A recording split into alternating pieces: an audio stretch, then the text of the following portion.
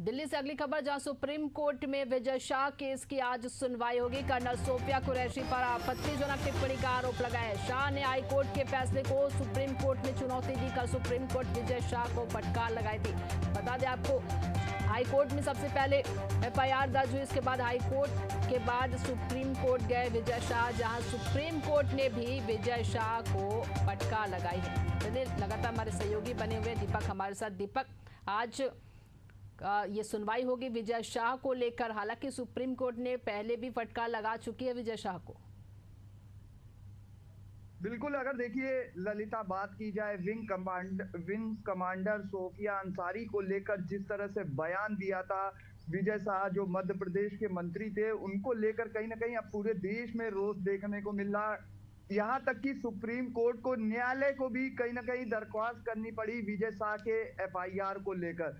कहीं ना कहीं आप देख सकती हैं कि ललिता, किस तरह से विजय शाह ने जो बयान दिया था, इससे आपत्तिजनक कुछ नहीं हो सकता। इसके बाद यही नहीं, यूपी के जो राज्यसभा सांसद हैं राम गोपाल यादव ने भूमिका सिंह पर, जो विंग कमांडर है, उन पर भी जाति सूचक बयान दिया गया। तो यूपी, देखिए, हम बात करें सैनिकों की, बात करें तो देशभक्ति की बात करें, उनकी जो वीरता है, उनकी जो पराक्रम है, उनका जो शौर्य है, उस पर बात करनी चाहिए, ना कि जाति सूचक, ना कि जिस तरह से विवादित बयानों की बात कर ले। तो ये सब बयान नहीं आने चाहिए, इससे कहीं ना कहीं सेना का मनोबल टूटता है। इसी को लेकर हाईकोर्ट को भी टिप्पणी करनी पड़ी।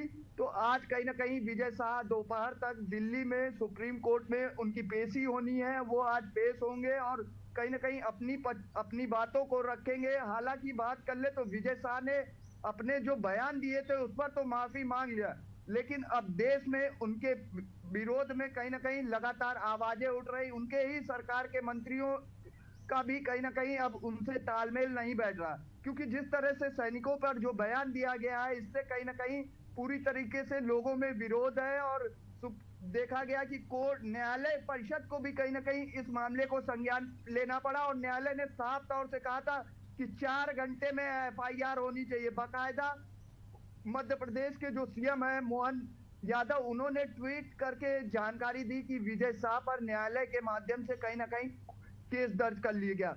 फिलहाल देखने वाली बात यह होगी कि आज जब सुप्रीम कोर्ट में विजय शाह जब पेश होते हैं तो क्या कुछ कहते हैं, क्या कुछ रहेगा, ये तो उनकी दलीलें देखने वाली होंगी।